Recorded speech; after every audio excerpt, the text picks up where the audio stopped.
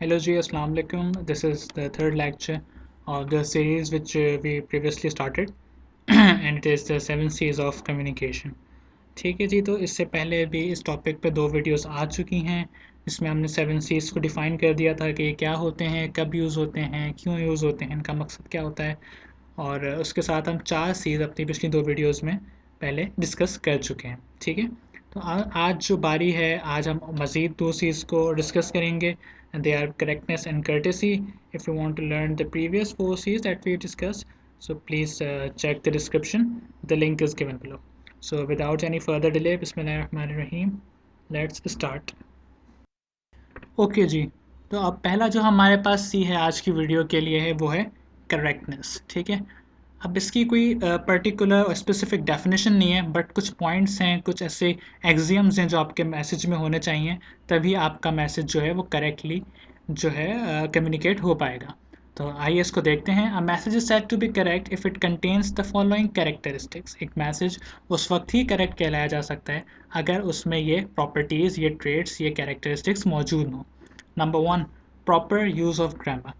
इसका मतलब ये है कि आपका मैसेज ग्रामेटिकली परफेक्ट हो, ग्रामेटिकल मिस्टेक्स उसमें ना हो, उसमें आर्टिकल्स की कोई मिस्टेक्स ना हो, उसमें पार्ट्स ऑफ स्पीच की कोई मिस्टेक्स ना हो, उसमें टेंसेस की कोई मिस्टेक्स ना हो, उसमें तमाम किस्म की स्पेशली पंक्चुएशन और स्पेलिंग मिस्टेक्स ना हो। ये बहुत बेसिक मिस्टेक्स होती हैं जो कि मैसेजेस में अक्सर देखने में मिलती हैं। तो ये अगर आपके मैसेज में होंगी तो आप अपने मैसेज में करेक्टनेस को अचीव नहीं कर पाएंगे। तो सबसे पहला जो हमारे पास पॉइंट है, जो कैरेक्टरिस्टिक है, जो इंपॉर्टेंट है करेक्टनेस इंश्योर करने के लिए है, वो है proper use of grammar. Okay, number 2 is authentic facts and figures. इसका मतलब ये है कि आप अपने मैसेज में वो फैक्ट्स एंड फिगर्स इंक्लूड करें जो कि ऑथेंटिक हों, जो कि स्पेसिफिक हों, जो जिनमें किसी किस्म का कोई शक, किसी किस्म का कोई डाउट ना हो। For example, if you're organising a corporate event, आप उसमें जो है उसका इन्विटेशन आप फॉर एग्ज़ाम्पल लिख रहे हैं, तो उसमें आप ऑथेंटिक फैक्ट्स एंड फिगर्स दें। फॉर एग्ज़ाम्पल कि आपका कॉर्पोरेट जो इवेंट आप ऑर्गेनाइज़ करवा रहे हैं वो कब ऑर्गेनाइज़ करा रहे हैं, स्पेसिफिक डेट दें, स्पेसिफिक डे दें, और वो ऑथेंटिक हो, वो कन्फर्म्ड हो। ठीक है, उसके बाद आप टाइमिंग्स दे रहे हैं। फॉर एग्ज़ाम्पल 5 बजे इवेंट शुरू होगा और अगर डिनर है तो कितने बजे होगा। इस तरीके से आप जो डिटेल्स दे रहे हैं वो बिल्कुल करेक्ट होनी चाहिए। या आप ये ना कहें कि इवेंट 5 बजे शुरू होगा और जब आपका जो ऑडियंस है या जो आपका रिसीवर ऑफ द मैसेज है जिसको आप इनवाइट कर रहे हैं वो 5 बजे आ जाए तो पता चले कि वहाँ पर कोई हो ही ना, तो that means that your message wasn't correct. ठीक है, तो आपने ऑथेंटिक फैक्ट्स एंड फिगर्स देने हैं जिनमें किसी किस्म का डाउट ना हो, जो कन्फर्म्ड हो, जो अनडिस्प्यूटेड हो। Okay, third is non discriminatory words and statements. आपने ऐसे कोई अल्फाज और ऐसी स्टेटमेंट्स यूज़ नहीं करनी जो कि डिस्क्रिमिनेशन करें किसी भी बेसिस पे। रेसिज्म ना प्रमोट करें, जेंडर बेसिस पे भी डिस्क्रिमिनेट ना करें। ठीक है, इसकी एग्जांपल्स ये हो सकती है कि अगर मैं कहूँ चेयरमैन, ठीक है, chairman is the discriminatory words. ठीक है, आप इंस्टेड आप ये कहें चेयरपर्सन। ठीक है, चेयरमैन से मुराद ये है कि आदमी है, कोई मेल है जो कि चेयरपर्सन है। तो इसलिए इससे जो है ये डिस्क्रिमिनेटरी एक्सप्रेशन यूँ है क्योंकि कोई कह सकता है कि भाई why you are using the word chairman, why you are particularizing the gender, आप चेयरपर्सन कहें उसे। ठीक है, तो that is the non discriminatory word. Number 4 is appropriate level of language.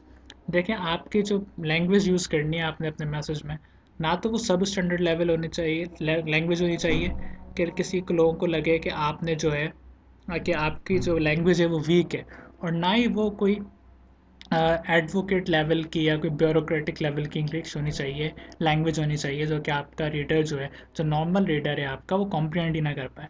ठीक है, तो इसके लिए आपको जो है एप्रोप्रिएट लेवल ऑफ लैंग्वेज रखना है जो कि आपके रीडर को अंडरस्टैंडेबल हो। ओके, अच्छा जी, तो actions necessary to ensure correctness in messages, आपने उन्हीं पॉइंट्स को अब एम्फेसाइज करना है, उन्हीं पॉइंट्स पे एम्फेसिस करके उनको ही प्रैक्टिकली अपने मैसेज पे अप्लाई करना है। पहला काम आपने क्या करना है, avoid grammatical blemishes in your message. अपने मैसेज को ग्रामेटिकल एरर्स से रिमूव करना है। ग्रामेटिकल एरर्स जो है उस अपने मैसेज में से आपने रिमूव करना है, चाहे वो गलती आर्टिकल्स की और प्रपोजिशंस की और पंक्चुएशंस की और किसी चीज़ की भी हो, आपने इंश्योर करना है कि आपके मैसेज में वो गलती ना हो। Provide only relevant and undisputed facts and figures. Only relevant क्यों? क्योंकि आपको अपने मैसेज में साथ साथ कंसाइसनेस भी मेंटेन रखनी है, ठीक है। इसलिए सिर्फ रेलिवेंट और अनडिस्प्यूटेड फैक्ट्स एंड फिगर्स दें। अनडिस्प्यूटेड से मुराद वही है ऑथेंटिक फैक्ट्स एंड फिगर्स दें जिनमें आप किसी भी किस्म का डिस्प्यूट ना हो, किसी भी किस्म का डाउट ना हो। Use of partial expression and sentences must be avoided. Partial means biased, ठीक है। वही non discriminatory words and statements आपने अवॉइड करने। एग्जांपल आपको दे दी है, कैमरा मैन ना कहें, कैमरा पर्सन कहें। Why? Because camera person can also be a woman, ठीक है। एक फीमेल भी जो है वो कैमरा पर्सन हो सकती है। तो बजाय कैमरा मैन कहने के, जो कि ये एम्फोसाइज कर रहा है कि जो कैमरा पर्सन है वो बेसिकली मेल है, आप जो है वर्ड यूज़ करें कैमरा पर्सन, ठीक है। इससे पार्शियलिटी आपके मैसेज से रिमूव हो जाएगी, आपकी स्टेटमेंट से। The level of your language must be in accordance with the readability of the receiver.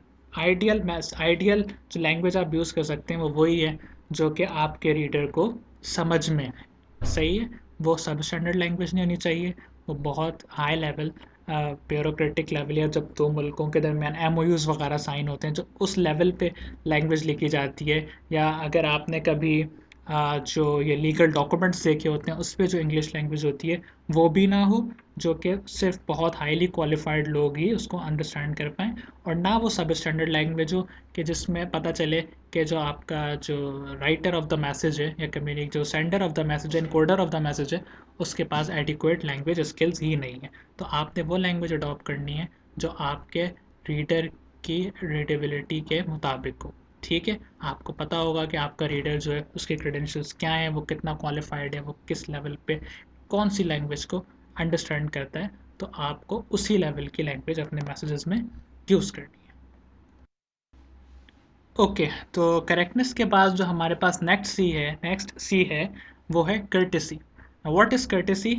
Courtesy means making sure that your message is polite and showing etiquettes to your receiver.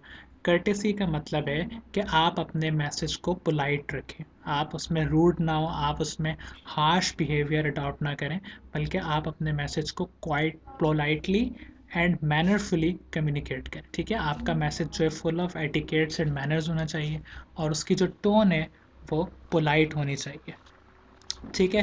Courtesy को अगर हम एक sentence में ये कहें कि courtesy means politeness in your message, ठीक है, that conveys the whole idea, ठीक है। अच्छा जी, अब ऐसा क्या करें कि आपका मैसेज जो है वो कर्टियस हो? सबसे पहला काम आप जो करना है वो ये करना है कि avoid words and statements that अनॉय your reader and make them feel obnoxious. आपने ऐसे वर्ड्स और स्टेटमेंट्स अपने मैसेज में से ओमिट करने हैं जो कि आपके रीडर को अनॉय करें, उसको इंसल्ट करें, उसको अनप्लेजेंट फील करें। Obnoxious means unpleasant. आपने अब उससे तमाम वर्ड्स एंड स्टेटमेंट्स अपने मैसेज में से रिमूव करने हैं जो कि आपके मैसेज को जो है वो आपको ये अंदाज़ा हो जाए कि जिससे आपका रीडर जो है वो अनकंफर्टेबल फील करेगा, या जो शायद उसको अनॉय करें, जो उसको डिसकम्फर्ट करें, ठीक है। तो आपने ऐसे तमाम वर्ड्स एंड स्टेटमेंट्स अपने मैसेज से रिमूव करने जो कि आपके और आपके जो रीडर है बेसिकली उसके दरमियान गुडविल में हिंड्रेंस पैदा करते हैं, ठीक है। Number 2, use words like please, kindly, thank you etcetera. देखिए ये जो वर्ड्स हैं ना, प्लीज़, काइंडली, थैंक यू, ये मैनर्स जिन लोगों को होते हैं, जिन लोगों को एटिकेट्स का पता होता है, जिनको कॉर्पोरेट कम्युनिकेशन में और वैसे भी डेली लाइफ में अच्छे से कम्युनिकेट करना आता है, वो इन अल्फाजों का इस्तेमाल बहुत ज़्यादा करते हैं।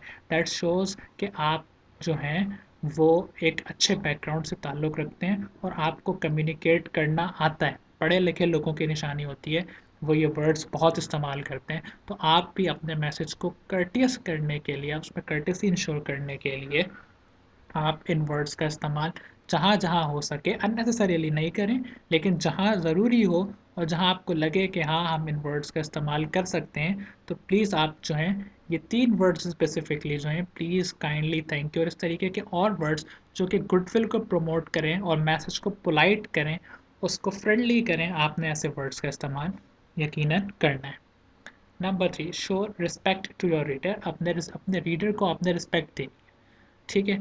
कभी कभी ऐसा होता है कि आप अपने रीडर को कोई नेगेटिव मैसेज भी दे रहे होते हैं, कोई बुरी खबर दे रहे हैं, या फिर आपने उसको कोई वार्निंग देनी है। फॉर एग्जांपल आप टर्मिनेशन लेटर लिख रहे हैं तो उस केस में भी आपने अपने रीडर को रिस्पेक्ट देनी है, आपने उसको इंसल्ट नहीं करना। ठीक है, आपने अगर आप पहले से, मैं दोबारा कहता हूँ कि अगर कोई पॉजिटिव मैसेज है तो आप ऑटोमेटिकली उसको रिस्पेक्ट देंगे, बट अगर आप कोई नेगेटिव मैसेज भी प्रोड्यूस करें तो उस केस में भी आपको जो है अपने रीडर को इज्जत देनी है। ठीक है, उसको इंसल्ट नहीं करना, उसको जो बात है, फॉर एग्जांपल अगर आप किसी कैंडिडेट जो आपके पास जॉब के लिए आया था आप उसको नहीं रखना चाह रहे और आप उसको रीजंस बता रहे हैं, तो उसमें भी अगर वो क्वालिफाइड नहीं है इनफ, अगर उसके पास इनफ नॉलेज नहीं है, तो भी आपने इस चीज़ को ऐसे डिफ़ाइन करना है, ऐसे एक्सप्लेन करना है कि उसकी जो सेल्फ इस्टीम है वो मुतासर ना हो। ठीक है, और उसकी रिस्पेक्ट जो है वो कायम रहे। अच्छा जी, last point but not the least, prompt reply. Quick reply देना कर्टेसी की अलामत होती है। ठीक है, अगर आप अपने रीडर को क्विक रिप्लाई दे रहे हैं, इसका मतलब सिर्फ ये है कि आप उसके मैसेज को वैल्यू करते हैं।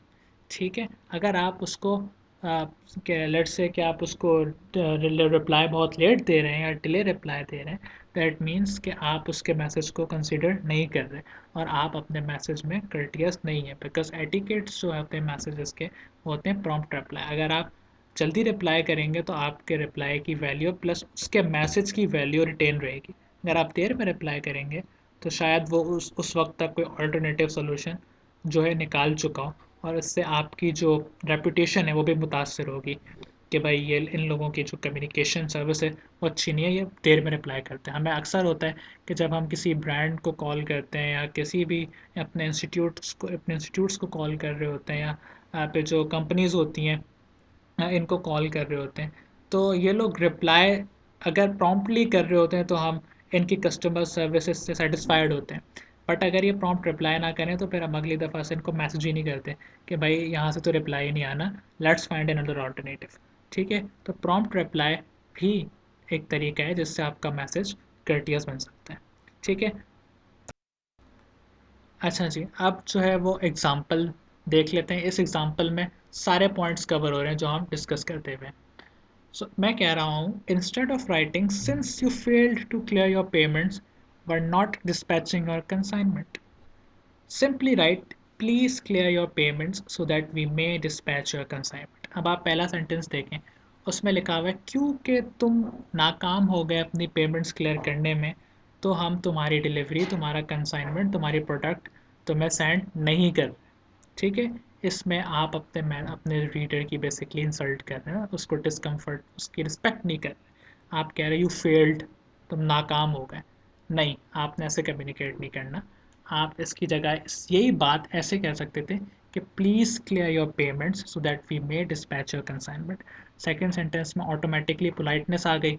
ठीक है, आपने use of words like please, kindly, thank you भी किया, आपने प्लीज़ यहाँ पे यूज़ किया। ठीक है, इसके अलावा आपने अपने रीडर को इज़्ज़त भी दी है कि बराए मेहरबानी अपनी पेमेंट्स जो हैं वो आप क्लियर करें ताकि आपका कंसाइनमेंट आप तक पहुंच सके।